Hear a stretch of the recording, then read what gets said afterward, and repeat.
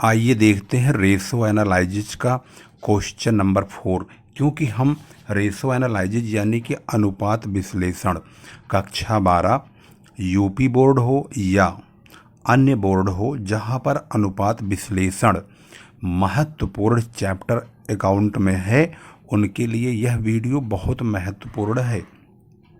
तो आज आप देखेंगे नंबर 3 ये वीडियो है अनुपात विश्लेषण की।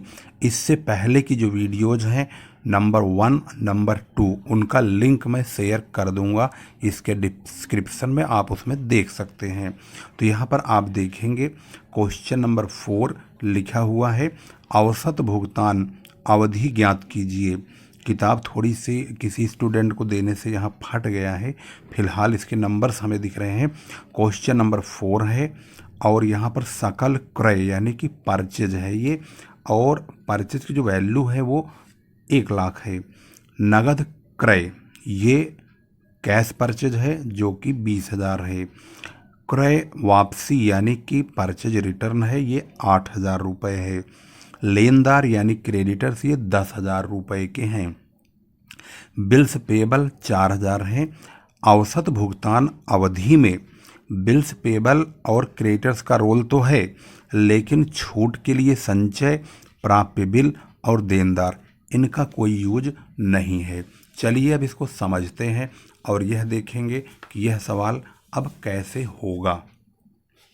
इसके लिए हमसे ये पूछा गया है कि एवरेज पेमेंट पीरियड बताइए।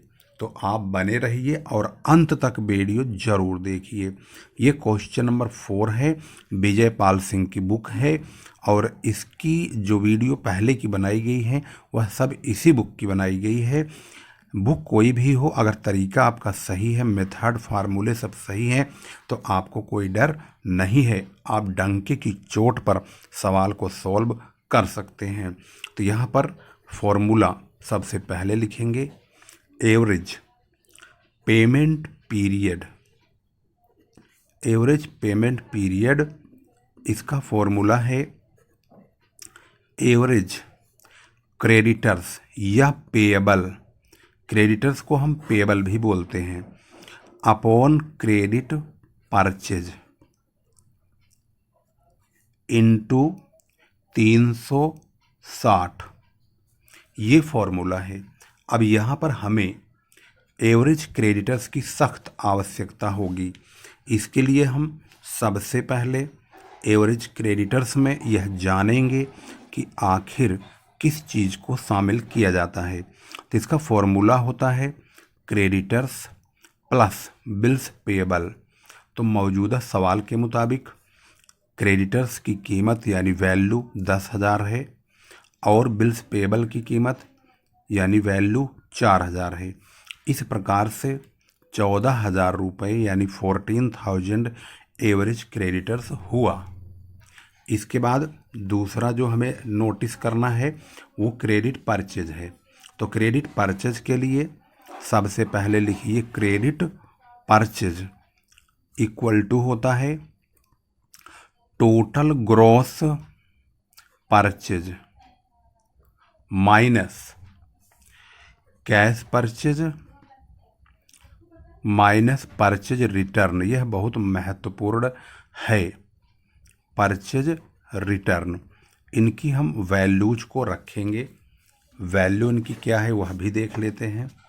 इनकी वैल्यू है 1 लाख रुपए का ग्रॉस परचेज, 20,000 रुपये का नगद परचेज यानी नगद क्रय और 8,000 रुपये का क्रय वापसी है। तो हम यहाँ पर लिखेंगे 1 लाख माइनस 20,000 माइनस 8,000। तो टोटल जो परचेज है क्रय क्रेडिट परचेज वो 72,000 हुआ। अब हम लगाएंगे formula average payment period. Average payment period का जो फॉर्मूला है वो हम लगा चुके हैं, अब उसकी वैल्यू रखेंगे। जिसमें फॉर्मूले को देखेंगे तो यहाँ लिखा है एवरेज क्रेडिटर्स। तो एवरेज क्रेडिटर्स और क्रेडिट परचेज की ज़रूरत है। क्रेडिटर्स हमारे हैं यहाँ पर 14,000 के और क्रेडिट परचेज यहाँ पर है 72,000 का। तो यानी 14,000 यानी 14,000 इंटू 360 अपॉन 72,000, इसको हम काटेंगे तो ये 70 डेज आएगा। इसका मतलब है 70 दिन। अब सवाल का जवाब देख लेते हैं, आखिर क्वेश्चन नंबर 4 का क्या जवाब है। तो इसका आंसर है यहाँ है, ये रहा 70 डेज। तो आपने देख लिया, इस सवाल को सोल्व कर दिया गया है। अब हम लेंगे क्वेश्चन नंबर 5, आपकी स्क्रीन पर मौजूद है। यहाँ बैलेंस शीट गिवन है, दिया गया है बैलेंस शीट में cash, bank, government securities, debtors, stock, fixed assets, और यहाँ पर है प्रेफरेंस शेयर कैपिटल 7% का, equity share, reserve and surplus, creditors, bills payable, outstanding expenses, provision for tax and 8% debentures. पूछा क्या गया है? पूछा गया है डेप्ट इक्विटी रेशो, प्रोपराइटरी रेशो यानी कि स्वामित्व अनुपात, ऋण क्षमता अनुपात, और स्थायी संपत्ति शुद्ध मूल्य अनुपात यानी कि fixed assets to net worth ratio. इसमें 3 प्रकार के रेशोज पूछे गए हैं। सबसे पहले डेप्ट इक्विटी रेशो पर हम वर्क करते हैं। आखिर डेप्ट इक्विटी रेशो है क्या? तो यहाँ पर देखिए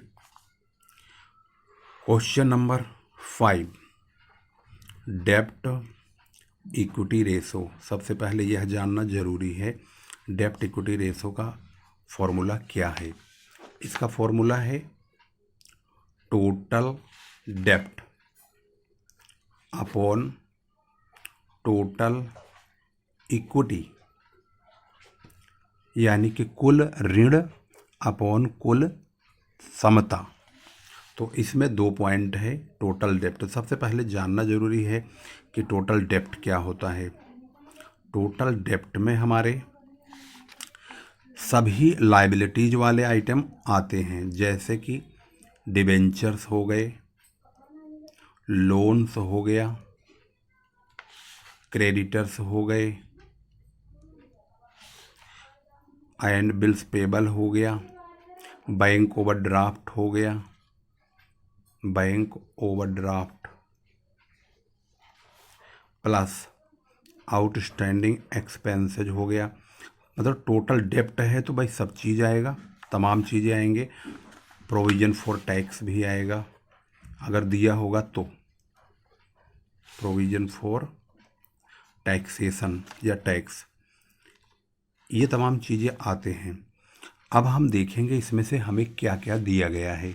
तो हमें दिया गया है, यहाँ पर देखेंगे उन चीज़ों को जो हमारे टोटल डेप्ट के दायरे में आता है। क्रेडिटर्स 20,000 रुपये, बिल्स पेबल 44,000 रुपये। तो इनको लिखेंगे 20,000 रुपये equal to 20,000 plus 44,000 plus outstanding है 4,000 का, प्रोविजन फॉर टैक्स है 52,000 का, प्लस 4,000 प्लस 52,000 प्लस डिवेंचर्स भी है 2,80,000 का, 2,80,000। ये टोटल जो होता है ये हो गया 4 लाख रुपए का। ये हमारे टोटल डेप्ट हो चुके। अब हम बात करेंगे टोटल इक्विटी का। टोटल इक्विटी, टोटल इक्विटी में क्या आता है यह जानना ज़रूरी है। टोटल इक्विटी में आने वाली चीज़ें शेयर कैपिटल, चाहे वह रिजर्व, चाहे वह प्रेफरेंशियल हो, चाहे वह इक्विटी हो, कोई भी हो सकता है, प्लस रिजर्व, प्लस अगर प्रॉफिट एंड लॉस अकाउंट अलग से लिखा है तो उसको भी यहाँ पर ले लेंगे, प्लस सिक्योरिटीज प्रीमियम। मैं एक प्रकार से फॉर्मूला भी यहाँ पर पुट कर रहा हूँ एक टिप्स की तरह, ताकि सवाल कोई भी हो तो आपको ये जानकारी आसानी से मिल जाए कि इक्विटी में क्या चीज़ें शामिल की जाती हैं। अब सवाल के मुताबिक इसको देखते हैं क्या क्या मौजूद है। सवाल में देखेंगे तो यहाँ मौजूद है preference share capital 40,000, equity share capital 2 lakh रुपये, और रिजर्व एंड सरप्लस 1,60,000, यानी 4 लाख रुपये मौजूद है। 40,000, 2 लाख और 1,60,000 इनको जोड़ देंगे, equal to 40,000 plus 2 lakh plus 1,60,000, इनका जो टोटल हुआ ये 4 लाख हो गया। अब हम डेब्ट इक्विटी रेशो आसानी से कैलकुलेट कर सकते हैं।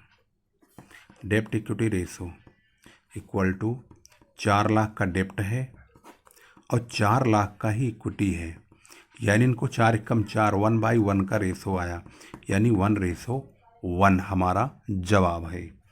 अब देखते हैं इसका आंसर क्या है। इसका आंसर है यहाँ पर 1:1। ठीक है।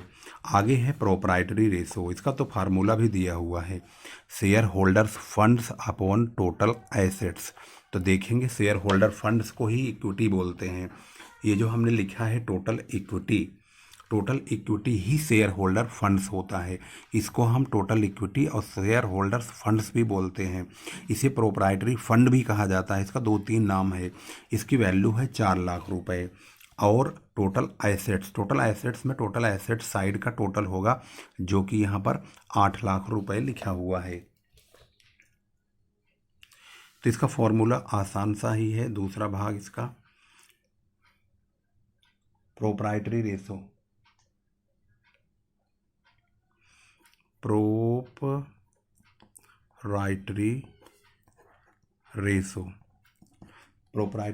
का फॉर्मूला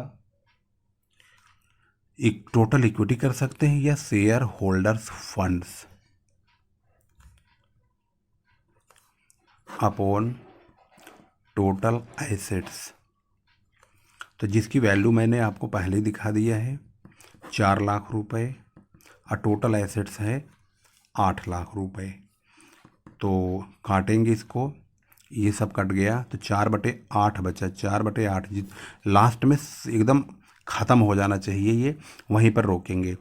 4/8 करेंगे तो ये 1/2 होगा। अगर 1/2 को काटेंगे तो 0.5:1, यानी 8 एकम 8, 8 पंजे 40, तो 0.5 आएगा ऊपर। तो इसका रेशो होगा 0.5:1। आंसर चेक करते हैं इसका आंसर यहाँ पे है सेकेंड नंबर पे 0.5:1। ठीक। नेक्स्ट पार्ट हमारा है fixed assets to net worth ratio. ये थर्ड पॉइंट है, fixed assets to net worth ratio. इसका फॉर्मूला जैसे कि लिखा है फिक्स्ड एसेट्स टू नेटवर्थ, तो फिक्स्ड एसेट्स पहले है तो इसको ऊपर रखेंगे, जो पहले है उसे पहले रखिए ऊपर और जो बाद में है उसको रखिए नीचे। नेटवर्थ इसकी वैल्यू नीचे रखेंगे। नेटवर्थ का मतलब शेयर होल्डर फंड से है, उसी को इक्विटी, उसी को प्रोप्राइटरी फंड, 3-4 नाम मैंने बताया था। फिक्स्ड एसेट्स जिसकी वैल्यू मैंने आपको दिखाया था, एक बार और देखते हैं।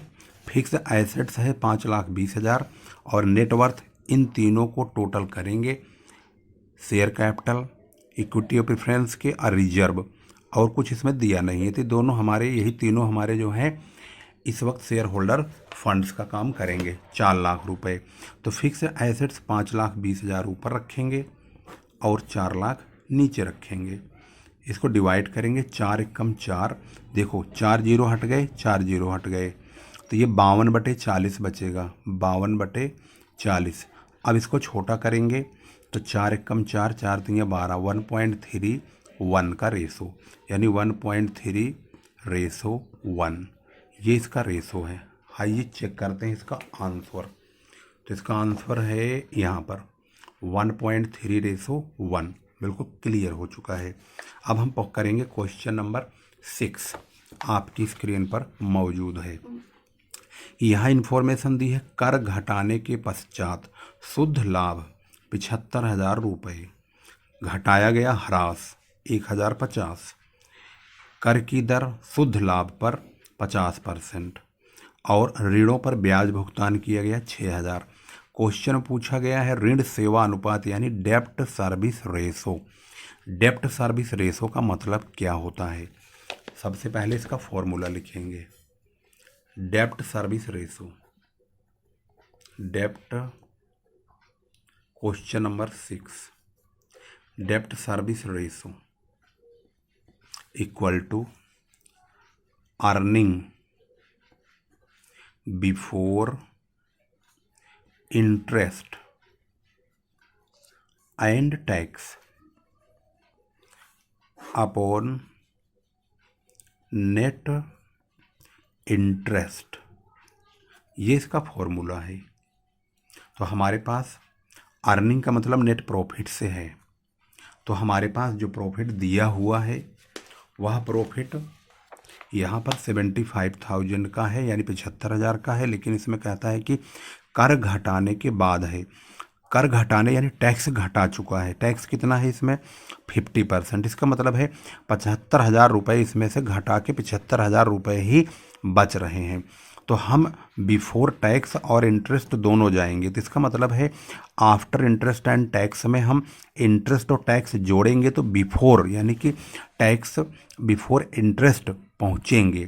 तो इसके लिए जो हम फॉर्मूला पुट करेंगे उसको ध्यान से देखेंगे, यानी कि प्रॉफिट बिफोर इंटरेस्ट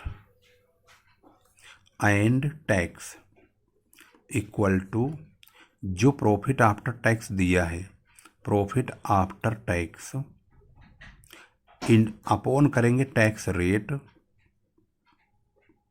इनटू 100, सामने प्लस इंटरेस्ट, क्योंकि हमें इंटरेस्ट से भी पहले जाना होगा।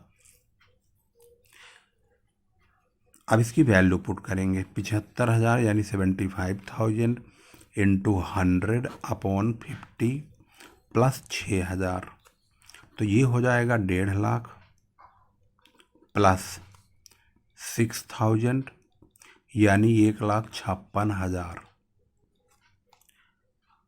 तो डेप्ट सर्विस रेशो का फॉर्मूला हमारे पास यहाँ मौजूद है। अब हम इसकी वैल्यू पुट करेंगे, डेप्ट service ratio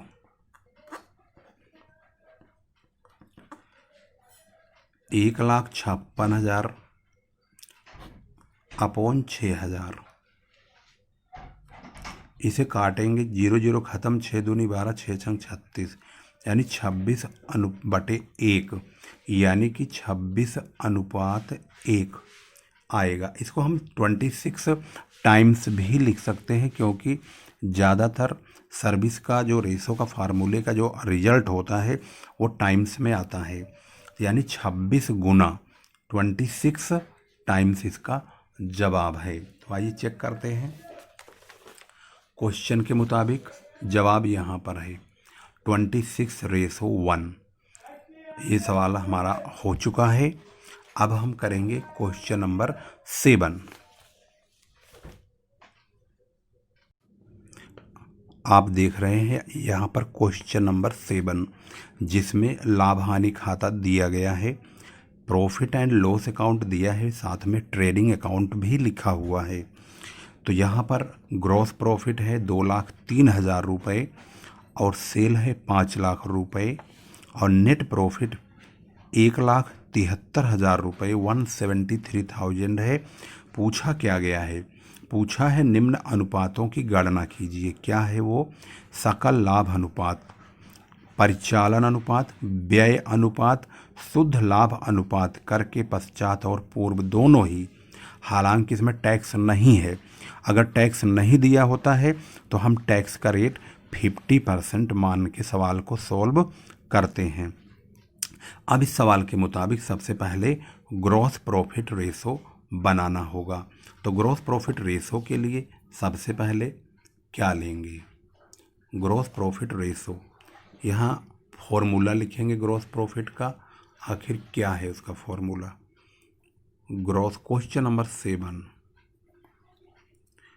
gross profit ratio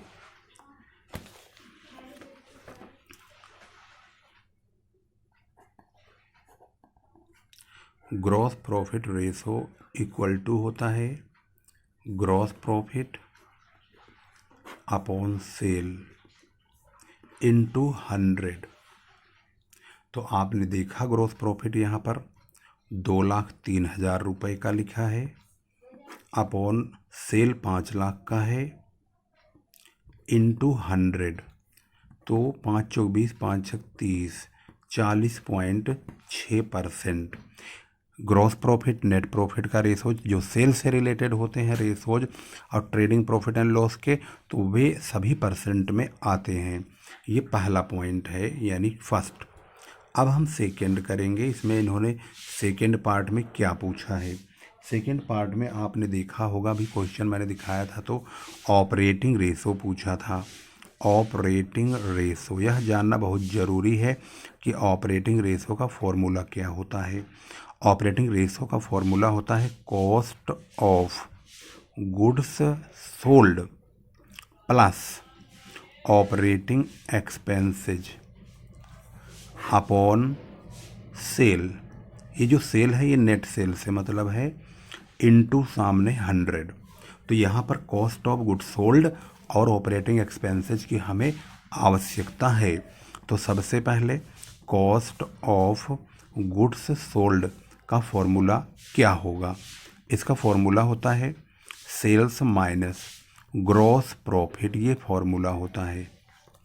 अब हम सेल, हमारे पास हमने आपको दिखाया 5 लाख रुपए का दिया हुआ है। अगर सेल 5 लाख रुपए का है तो अब सवाल ये है कि ऑपरेटिंग एक्सपेंसेज और ग्रॉस प्रॉफिट, इन तमाम चीज़ों पर भी हम नज़र दौड़ाएंगे। सेल 5 लाख का है, फार्मूले के मुताबिक सेल्स माइनस ग्रॉस प्रॉफिट ही कॉस्ट ऑफ गुड्स सोल्ड है।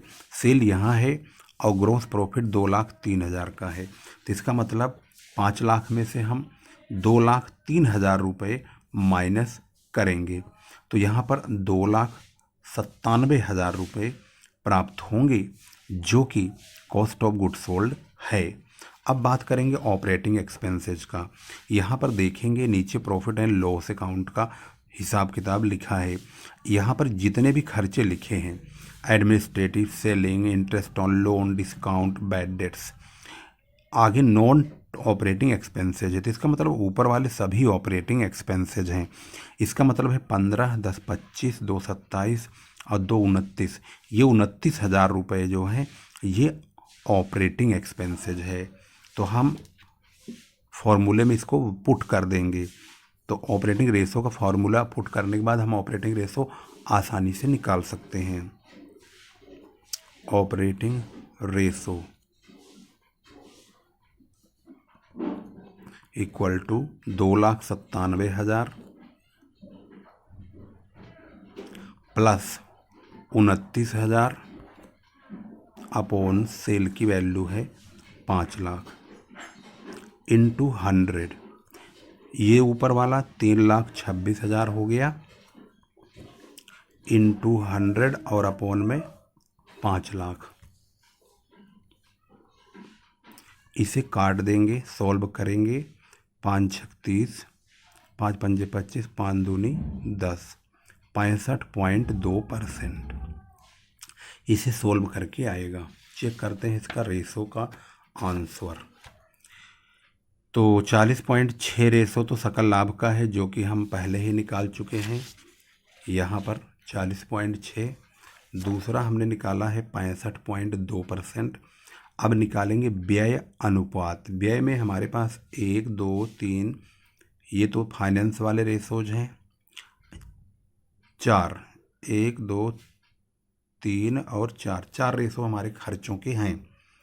तो जिसमें हम एडमिनिस्ट्रेशन रेशो और selling expenses ratio, interest on loan और डिस्काउंट, बैड डेट, से तीनों फाइनेंशियल रेशो हैं, तीनों को जोड़ लेंगे। ये तीनों जोड़ के 4,000 आएंगे। इनका रेशो एक साथ निकल जाएगा और नॉन ऑपरेटिंग का अलग निकलेगा। तो चलिए उसको भी सोल्व करते हैं। सबसे पहले यहाँ लिख लेंगे expenses ratio. Third point expenses ratio, इसका फॉर्मूला क्या है। इसका फार्मूला है एक्सपेंसेज, यानी कोई भी एक्सपेंसेज होगा उस खर्चे को लिखेंगे इंटू 100 अपॉन नेट सेल लिखेंगे, नेट सेल्स। तो सबसे पहला हमारा रेशो है एडमिनिस्ट्रेशन का, एडमिनिस्ट्रेशन रेशो या एडमिनिस्ट्रेशन एक्सपेंसेज रेशो। इसका फॉर्मूला है administration expenses into 100 upon sales. तो इसकी वैल्यू पुट करेंगे। 15,000 रुपये दिया हुआ है जो मैंने अभी आपको दिखाया, इंटू 100 अपॉन 5 लाख। इसे काटेंगे, 5 जीरो ख़त्म, 5 ख़त्म, 5 और 15, 5 और 15 बचेंगे, 5 3 15, 3% आएगा। दूसरा है सेलिंग एक्सपेंसेज, जिसका ए पार्ट है ये। अब बी पार्ट ले लेते हैं इसका। Selling expenses ratio, selling expenses की जो वैल्यू है वो 10,000 है। तो 10,000 इंटू 100 अपॉन सेल। तो सेल कितना है? 5 लाख। काटेंगे इसको तो इसका जवाब है 2%, 5 दूनी 10। तीसरा है financial expenses ratio, financial expenses ratio कैसे? ये मैंने अभी जो सोल्व किया, एडमिनिस्ट्रेशन का सोल्व किया, सेलिंग एक्सपेंसेज का किया। अब interest on loan, discount, bad debts, ये तीनों जोड़ेंगे तो 4,000 आएगा। ये फाइनेंशियल एक्सपेंसेज हैं, तो हम फाइनेंशियल एक्सपेंसेज की वैल्यू रखेंगे 4,000 इंटू 100 अपॉन 5 लाख। इसको काट देंगे तो ये आएगा 0.8%। ये हो गया। और डी पार्ट लास्ट है इसका, और वो है non operating expenses ratio. Non operating expenses ratio, total non operating का खर्चा लेंगे जो कि मैंने आपको दिखाया था 9,000 है। 9,000 इंटू 100 अपॉन 5 लाख, जिसकी वैल्यू सोल्व करके 5 कम 5, 5 8 40, 1.8% आएगी। 5 जीरो ख़त्म हो जाएगा, 9/5 बचेंगे। 9/5 को भाग करेंगे 9 को 5 से तो 1.8 आएगा। तो यही 1.8% हो जाएगा।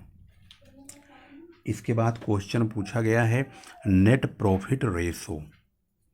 सबसे पहले अब पॉइंट नंबर है 4, net profit ratio before tax, क्योंकि भी सवाल में कहीं टैक्स लिखा नहीं है, तो जो नेट प्रॉफिट है वही बिफोर टैक्स का बोला जाएगा। तो net profit into 100 upon net sales.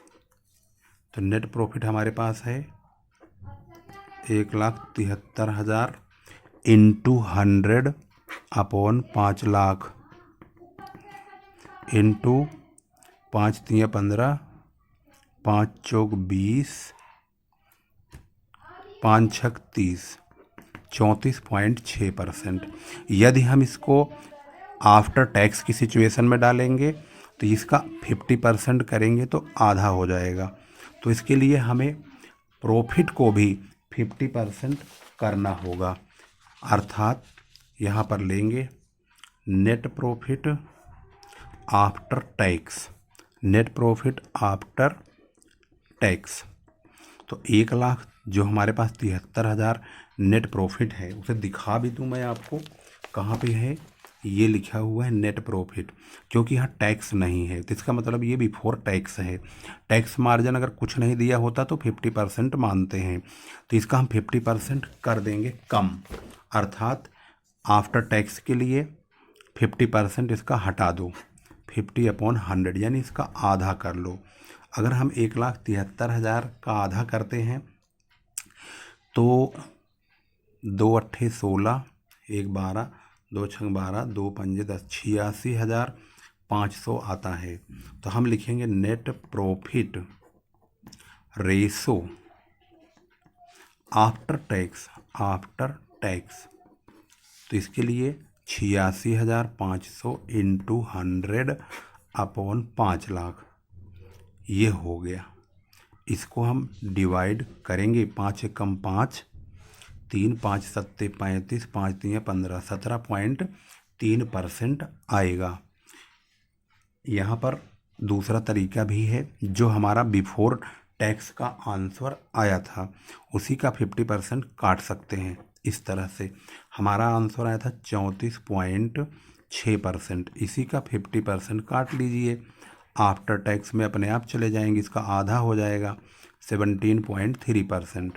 ये हमारा आंसर है। और इस प्रकार से हमने कंप्लीट क्वेश्चन नंबर 7 कर लिया है। आपकी स्क्रीन पर मौजूद है, यहाँ पर आप देखेंगे हर वह पॉइंट बिल्कुल एकदम क्लियर आपकी स्क्रीन पर मौजूद है और आपने इसको बाकायदे step by step with formula समझा है। तो यहाँ पर आप देख सकते हैं।